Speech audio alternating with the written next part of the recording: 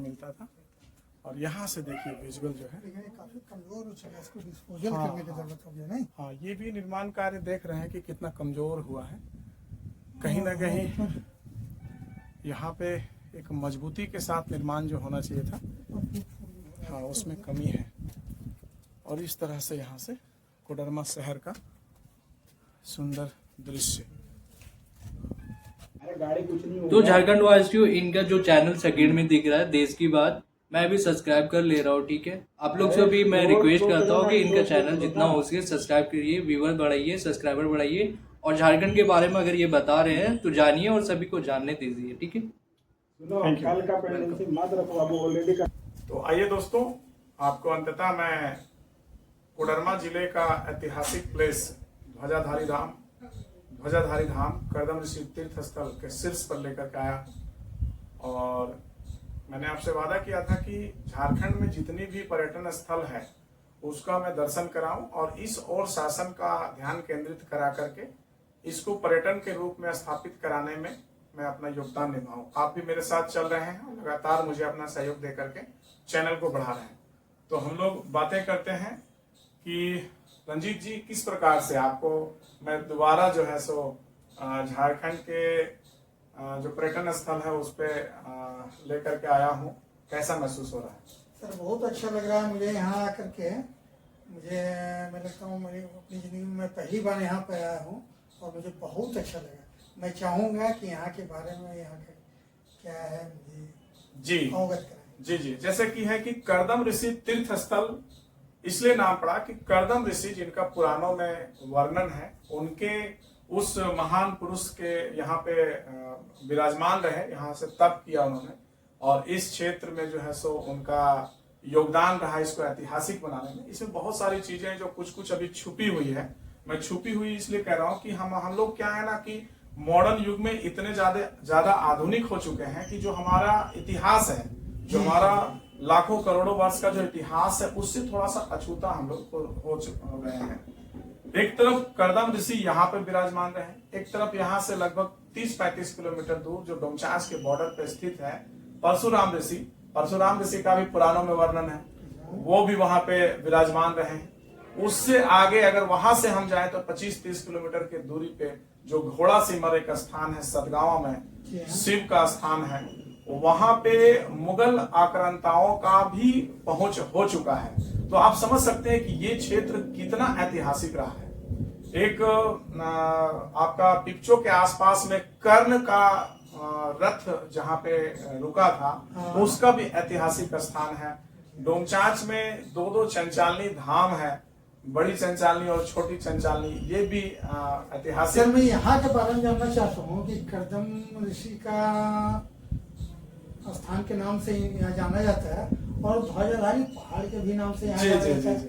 ये दोनों में क्या समानता है? जी जी, जैसा जी देखिए, ध्वजा किसके पास है? एक तो हनुमान जी हम कह सकते हैं, जी है ना, एक भैरवनाथ है। जी, जो ये जो है सो देवताओं के वो रक्षक हैं जो सकारात्मक ऊर्जा का नेतृत्व करते हैं। सबसे फ्रंट फुट पे एक आगे है और एक पीछे है, और दोनों के हाथ में आप देखोगे ध्वजा है। तो मुझे विशेष जानकारी नहीं है, वो तो मैं जानकारी लूंगा, लेकिन मैं समझता हूं कि ध्वजाधारी धाम का मतलब है कि यहाँ पे एक विशेष प्रकार का ध्वजा जो स्थापित है सनातन का, उसका ये केंद्र है।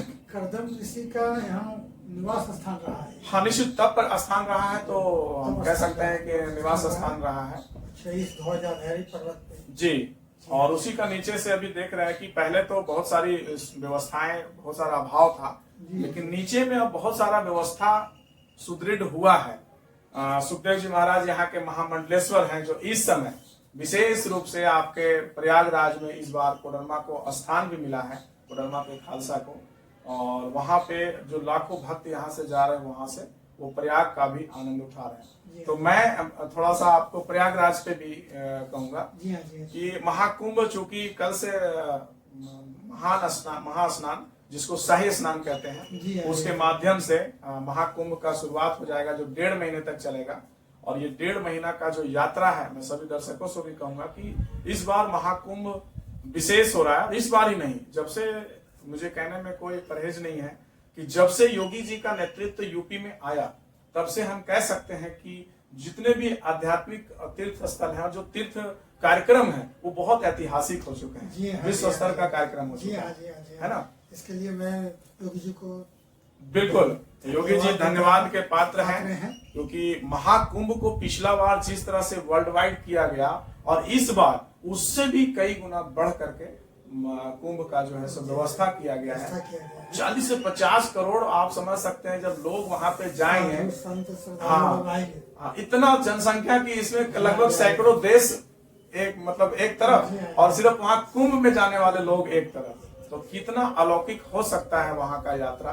तो उसके लिए भी एक प्लान जो है सो मैं 28 दिसंबर से प्रयास कर रहा हूं कि एक स्टूडेंट टीम के साथ जाऊं, क्योंकि आज के नौजवानों को महाकुंभ और बाकी जो सनातन से संबंधित परंपरा है उसके बारे में जानकारी हो, इसके लिए कि स्टूडेंट टीम के साथ प्रयागराज का भी यात्रा।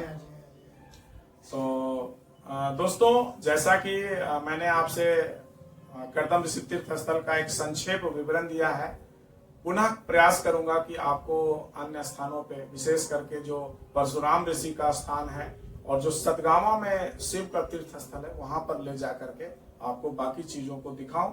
और कोडरमा डीवीसी जो हमारा क्षेत्र है, मतलब कि बहु उद्देशीय परियोजना जो हमारा वहां पे है वो कितना सफल हुआ है उसके बारे में भी दिखाऊंगा। और लगातार कोशिश कर करके झारखंड में जितने भी पर्यटन स्थल है उसको स्थापित कराने में अपना योगदान निभाऊंगा। आप भी मेरे चैनल के साथ बने रहें और चैनल को लगातार सपोर्ट करके इसको आगे बढ़ाने में अपना योगदान दें। बहुत बहुत धन्यवाद। यहाँ पर प्रकृति को एक नुकसान देने के लिए यहाँ का जो भी व्यवस्थापक हैं ध्वजाधारी धाम के ऊपर, एक पेड़ को इस तरह इतना मजबूत और विशाल पेड़ को बनाने में लगभग 20 वर्ष से कम का समय नहीं लगता है। बावजूद यहाँ पे जला जला करके इस पेड़ को देखिए कि किस तरह से जला दे रहे हैं। और ये दिखता है कि यहाँ पे जो भी व्यवस्था में हैं वो सिर्फ इनकम करने से संबंधित ध्यान है, बाकी प्रकृति जो यहाँ पे नुकसान हो रहा है उस पर कोई ध्यान नहीं है। इन लोगों को पता होना चाहिए कि ये एक पूरा जला हुआ है, एक दिन में जिंदा पेड़ है, एक दिन में नहीं जल सकता है। हाँ बिल्कुल, बार बार इसको जलाया गया, इसको जलाया जा रहा है ताकि ये पेड़ गिर जाए यहाँ जी जी जी। इतना कितना बड़ा पेड़ है, गिर जाएगा। बिल्कुल बिल्कुल, इतना विशाल पेड़। और चूंकि हाँ कहीं ना कहीं ये अनियमितता इनको यहाँ जो भी प्रबंधन में है उनको चाहिए कि इस पेड़ को बचाने के लिए अब विशेष व्यवस्था ये करे कि इसके चारों तरफ थोड़ा सा गड्ढा बना करके और खाद वगैरह मिट्टी वगैरह का यहाँ पे जो भी है लोग जलाना बंद कर देंगे तो भी शायद ये पेड़ बच जाए। जाए। तो इस तरह से एक अनियमितता यहाँ पर देखने को मिला है कि एक इतना विशाल पेड़ को जो है सो नष्ट कर रहे हैं यहाँ के व्यवस्थापक।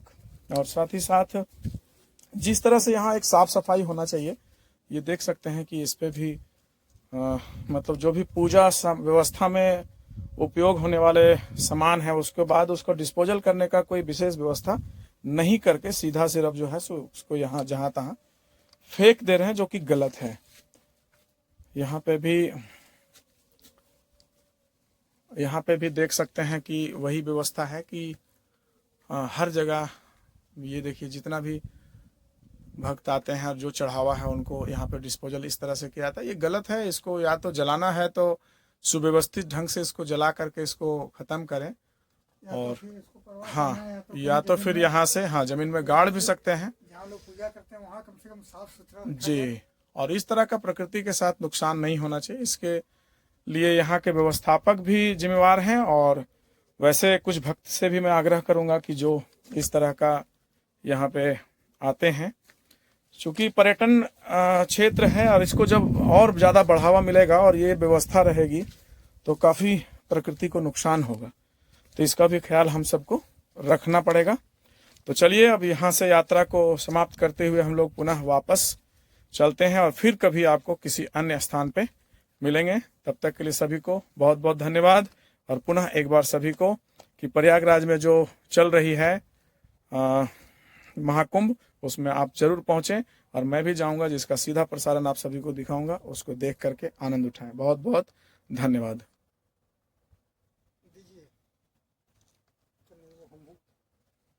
वीडियो ले लेने डालने के लिए।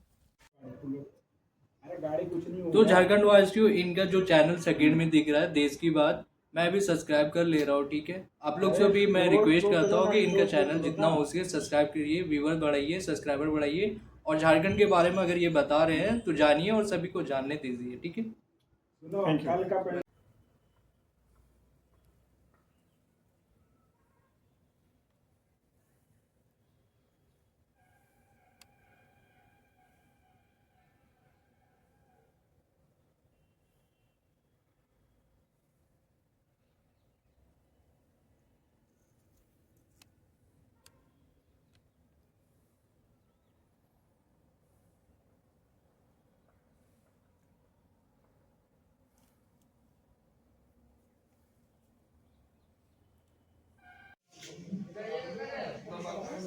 ये नीचे का स्थान है करदम ऋषि तीर्थ स्थल का मुख्य स्थान, जहाँ से सभी संत महात्मा एवं जो भी शादी विवाह के कार्य होते हैं उसका यह क्षेत्र है।